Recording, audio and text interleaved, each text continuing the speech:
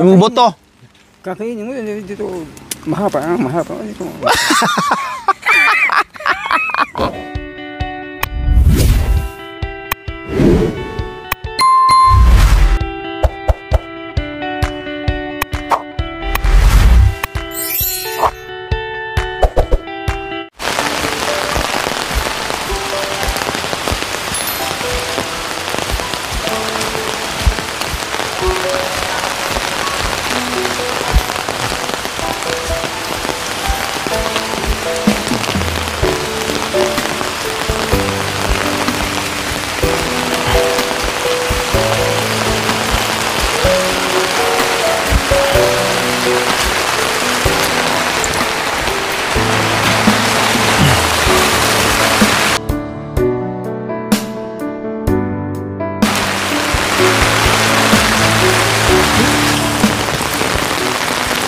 So ayan po mga kabayan, dumating tayo dito na umuulan kasi nga po may bagyo, no, yung super typhoon na po mga kabayan, pero awan ng Diyos ay dito ay ganito lang, wala namang hangin, okay lang mga kabayan kahit umulan ng malakas, basta wag lang talaga humangin ng malakas. Dumating po tayo dito mga kabayan, sarado yung bahay, wala si Kuya Bintot, kaya punta tayo doon, sinabi ni Kuya Bintot nandoon daw naglinis. Bakit hindi puminto or nagpahinga muna kasi magkakasakit na naman.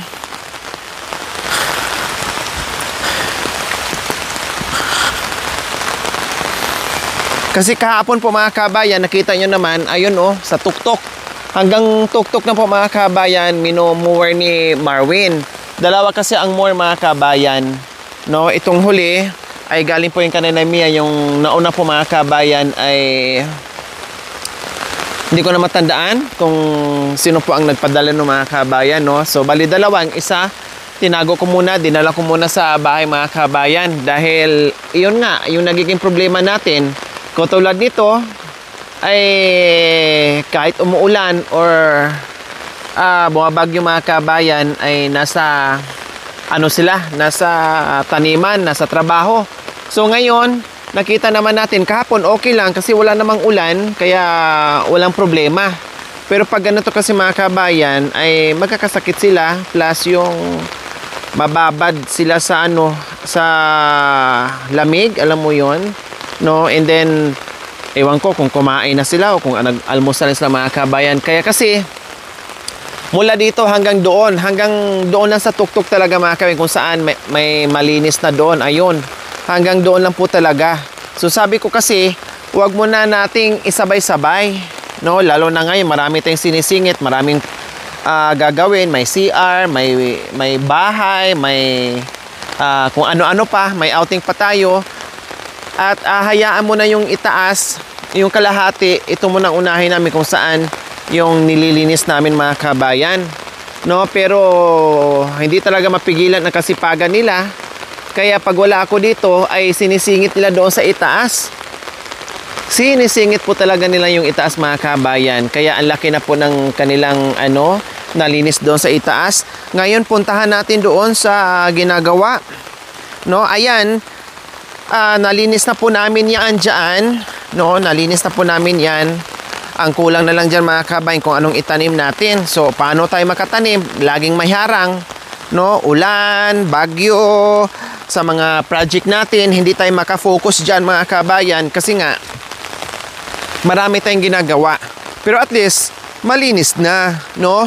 Kapiraso na lang po ang natira doon kasi magtanim sana kami ng gabi, and sayang naman itong mga nabunot namin na kung itapon lang namin. Sabi ko hindi pwede, kailangan itanim pa rin po yung gabi. Kaya nga si tatay nagsuggest palay. Bandang huli, wag daw palay, baka daw hindi uubra. And then yung gabi na lang daw para hindi daw masilan and everything. So pabago-bago yung gusto ni Tatay Romy, kaya sabi ko sige, hayaan natin kung ano talaga yung gusto niya, maitanim natin, yun na lang ang gagawin natin. Kaya ayan, no, nakita niyo naman malinis na at pwede nito sana taniman. Kaya lang may kapiraso pa doong natira mga kabayan, No? May kapirasong natira pa doon na lilinisan namin. Saan kaya sila naglilinis? Hindi ko naririnig. Wala naman dito. Sa itaas pa. Nasa itaas mga kabayan. Tapos na po pala dito, oh. Oh, ito yung part po mga kabayan. Ayan, oh. Oh, siguro kahapon nila nilinis yan. So, yung sinabi ko na kunti na lang ang natira na lilinisan. Ayun, oh, kapiraso na lang. Halos 2 dangkal na lang po mga kabayan. No? Makapagtanim na kami. Nakita nyo po yung mga gabi na puti at saka yung pula. Aalisin po talaga yan. Kasi sabi ni Marwin, hindi na maganda. Hindi na maganda. So, kailangan siya panibago. Bunutin lahat yan. Panibagong tanim para gumanda at lumaki yung kanyang laman. Nandoon sila sa sa tuktok. Akala ko nandito kasi naririnig ko yung more. So, nasa tuktok po sila mga kabayan. Nasa tuktok. Puntahan natin. Yung tubo dito, nakita nyo po, dati ang kapal niyan. No? Napakakapal dito ng tubo ni Tatay Romy. Pero, tinanggal namin at ayun, nasa ibaba. No, yung iba bagong tanim, yung iba ilang buwan na. No, lumago na rin yung tubo doon sa ibaba.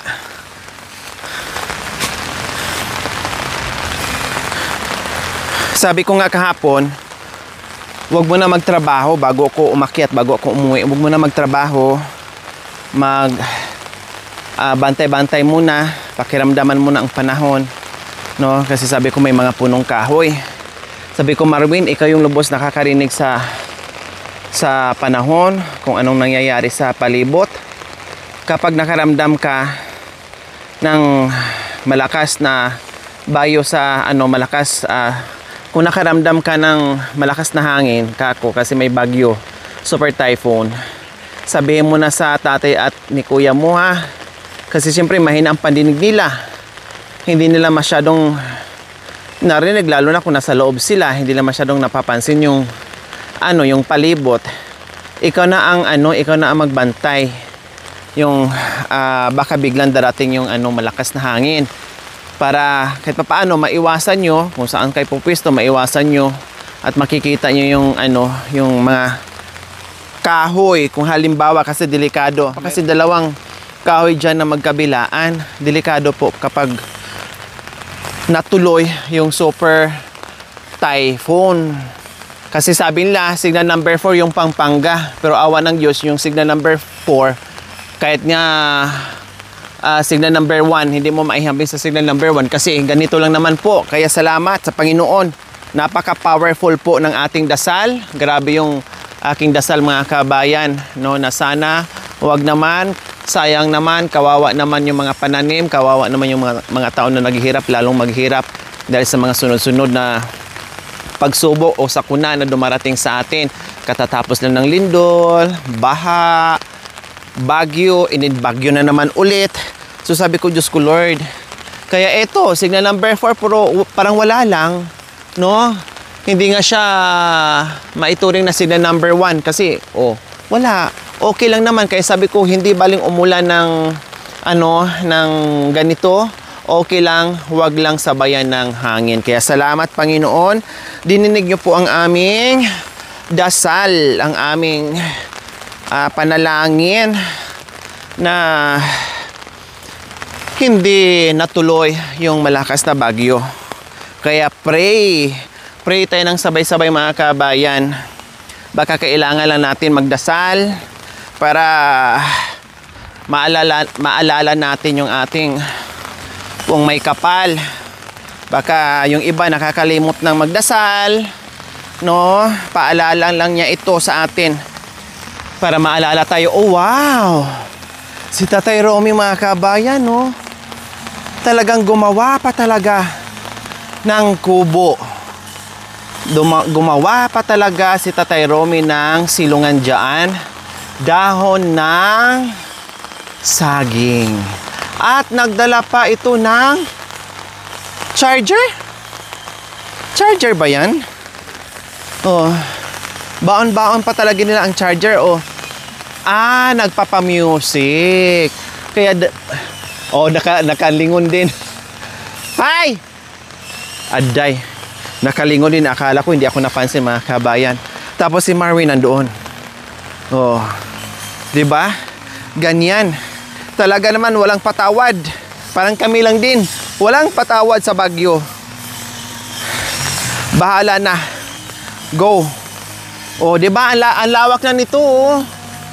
Diyos ko, talagang tinapos ni Marvin kasi naumpisahan niya doon sa sa kabilang side.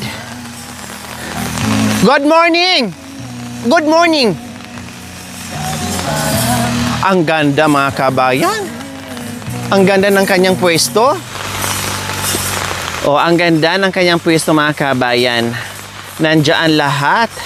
Ang cellphone, speaker, no, pati yung charger mga kabayan, or yung solar charger. Ayan, para tanggal ang pagod, tanggal ang lungkot, kaya kailangan may dadadalang speaker. Ayos ka dyan ah. Maganda. Music. May bagyo. Wala. Hangin malakas, bagyo. Sa ibang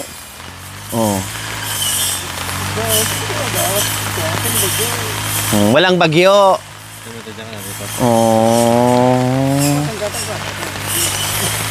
Hindi na darating ang bagyo.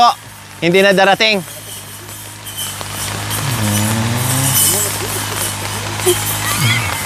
Wala daw bagyo mga kabayan, no? Wala daw bagyo, walang hangin daw na malakas. So, ganun pa mga kabayan, napansin nyo, pagdating ko doon, nandun lang si Kuya Bentot. And nandito, dalawa lang sila ni Tatay Romy, no, himala.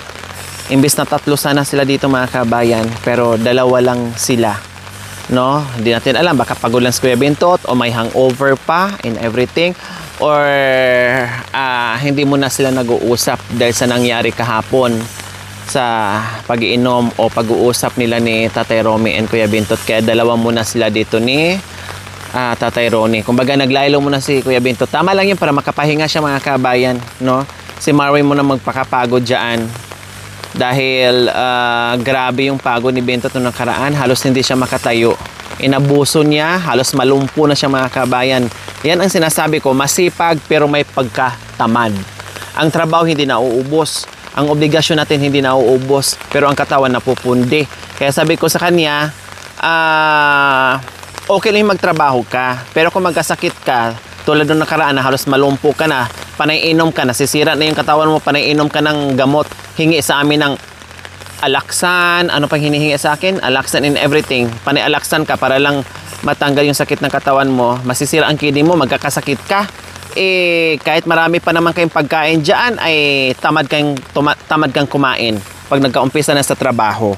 'Di ba? Pag naumpisa na sa trabaho, hindi na. Ayaw na ayaw nang kumain mga kabayan. Puro na trabaho. Nandito ako, ayan, sandukan ko. Kahit galit ako sa kanya, ay sandukan ko pa rin mga kabayan para makakain lang talaga. Kaya ayun, puntahan muna natin si Kuya Marvin. Hayaan muna natin si Tatay Romy dyan, nagyuyusi. Ayun. Aray ko, grabe, ang hirap nito mga kabayan. Ang galing ni Marvin mga kabayan, parang si Kuya Bentot din, no? Ang hirap nito. Ang hirap nitong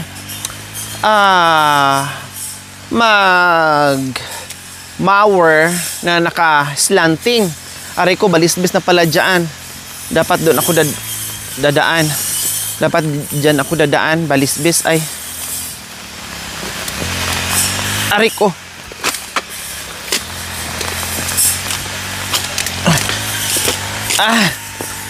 Diyos ko, grabe. Ano to dito? Mga kawayan naman nandito.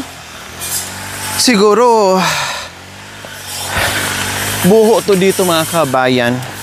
May sigarilyas. Oh. Hala, may sigarilyas. Tate, may sigarilyas.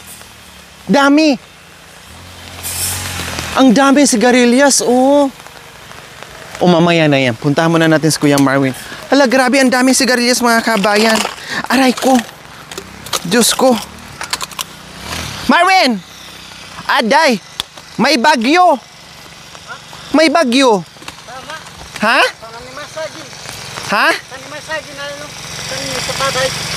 Padamihin yung mga ganyan. Tamang-tama, may mga anong Hindi, yung anong tawag dyan? Yung pangtanim?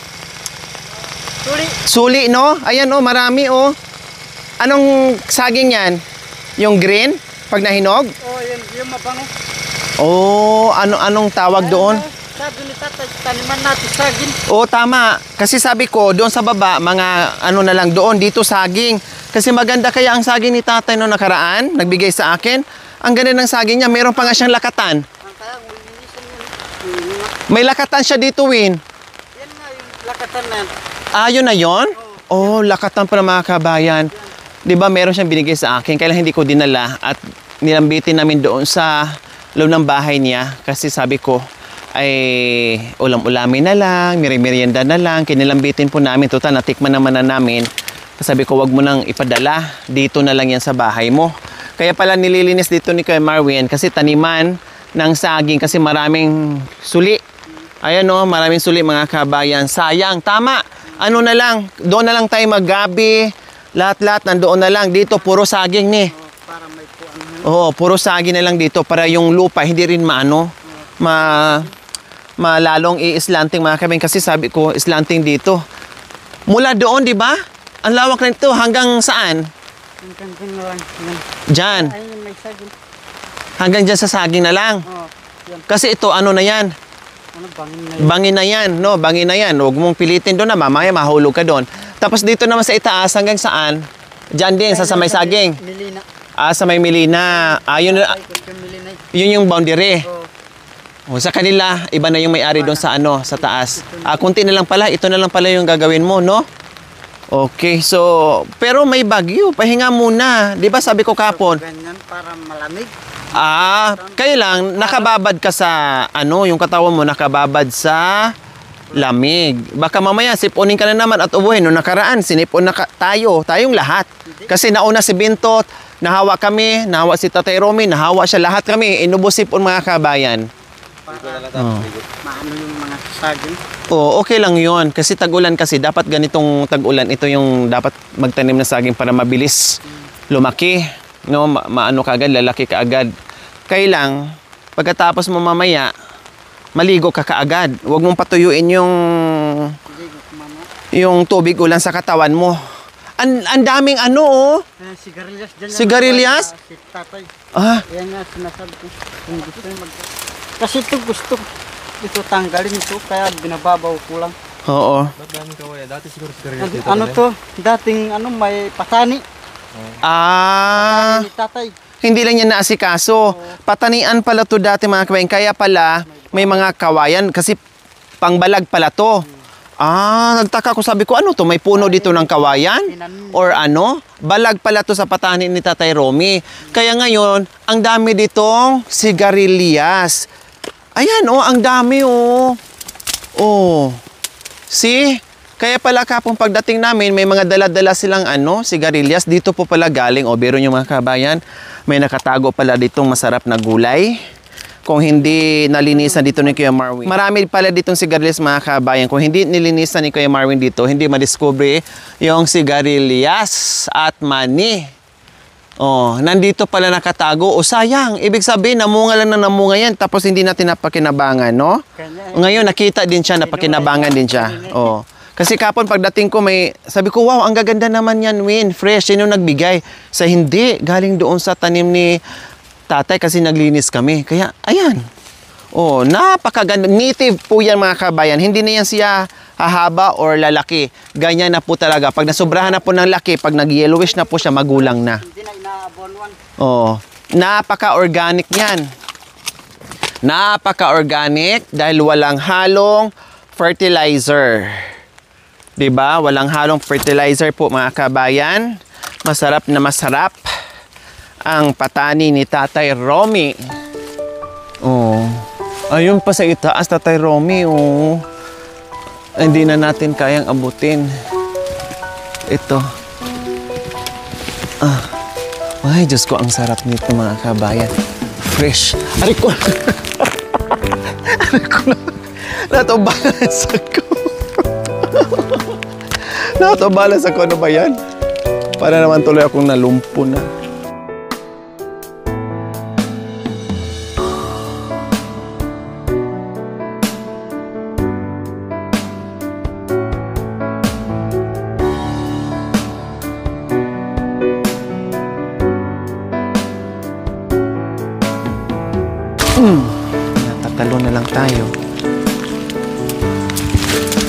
aray ko.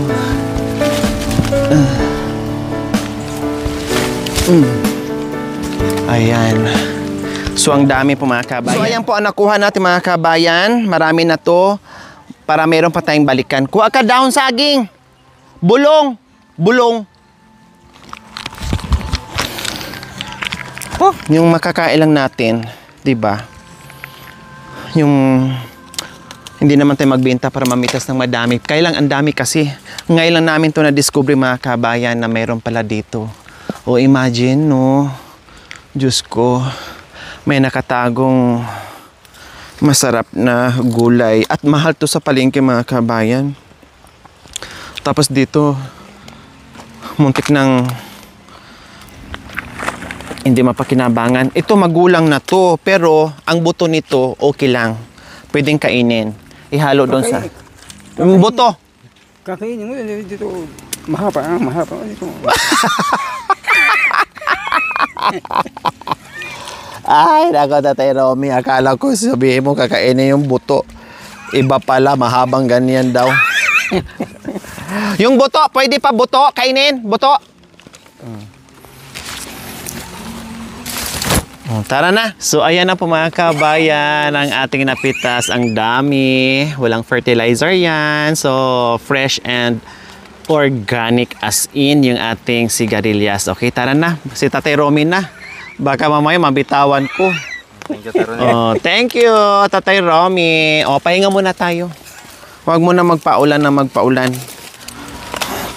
Akala ko dito mga kabayan may kawayan. Yung pala ay patani dati ni Tatay Romy, kaya may mga pangbalag. May pangbalag na naka ano dyan, ayan no. Nilagay pala. Masaya ngayon si Tatay Romy, panay tawa. Masaya siya ngayon. Tara Kuya Marwin. So ayan po mga kabayan ang gustong itanim ni Tatay Romy and Kuya Marwin. Ayan no. Ang liliit mga kabayan, halos ilang dangkal lang siya, pero nakita niya naman ang buwig ng kanilang saging, napakakinis, napakaganda. So hindi lang yung mga kabayan, meron pa dito. Kaya nagsipag sila kahit bumabagyo, umuulan dito sa taniman nila kasi natutuwa sila lalo na namunga ng magaganda. Ayan, ayan pa oh. Then, eto pa, magulang na ito mga kabayan. Yung kulay green, halo-halo na dito yung kulay green at saka lakatan. Oh, ayan oh. Ito, kunti na lang kulang. Mga isang buwan na lang yan, ay pwede na. Oh, wag, palakihin muna natin, sayang. Palakihin pa natin. Pagulangin pa natin, mga isang buwan, maganda na yan. 6? Oh, very good. Pag napuno na yan dyan, maraming mga suli dyan, ang ganda na. Kundi mapangbinta na. Oh. Lagyan ng upuan dito para tambayan? Oh, pwede. Saka na lang. Unahin muna natin. Dahan-dahan lang.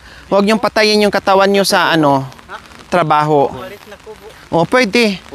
Ay, muna. Dahan-dahan lang. So, hindi na naman tayo makakilos kung sagad-sagarin niyo yung katawan niyo. Katulad nung nakaraan, may mga ubo, lagnat, sipon, and everything.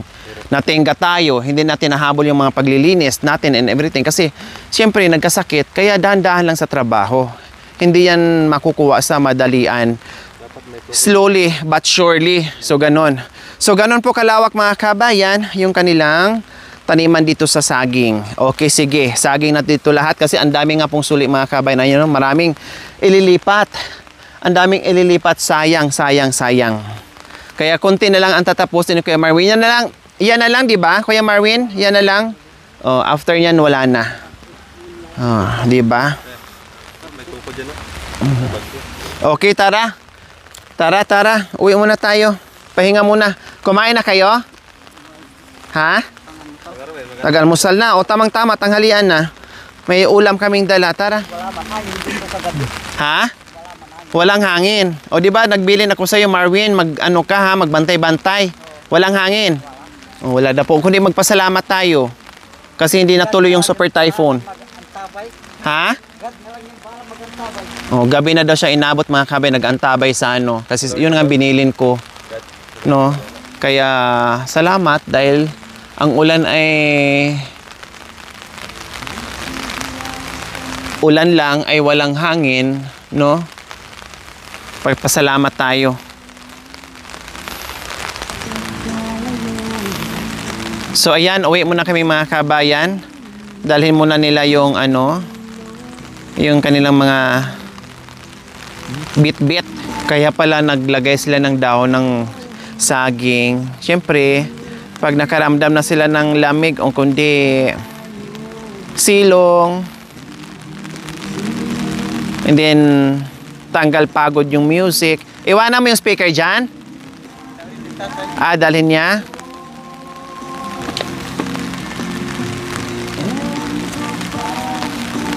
Bakit wala si Kuya Bintot? Hindi sumama dito. Kakauwi lang. Kauwi lang naman? Pero hindi lasing. Oh, very good.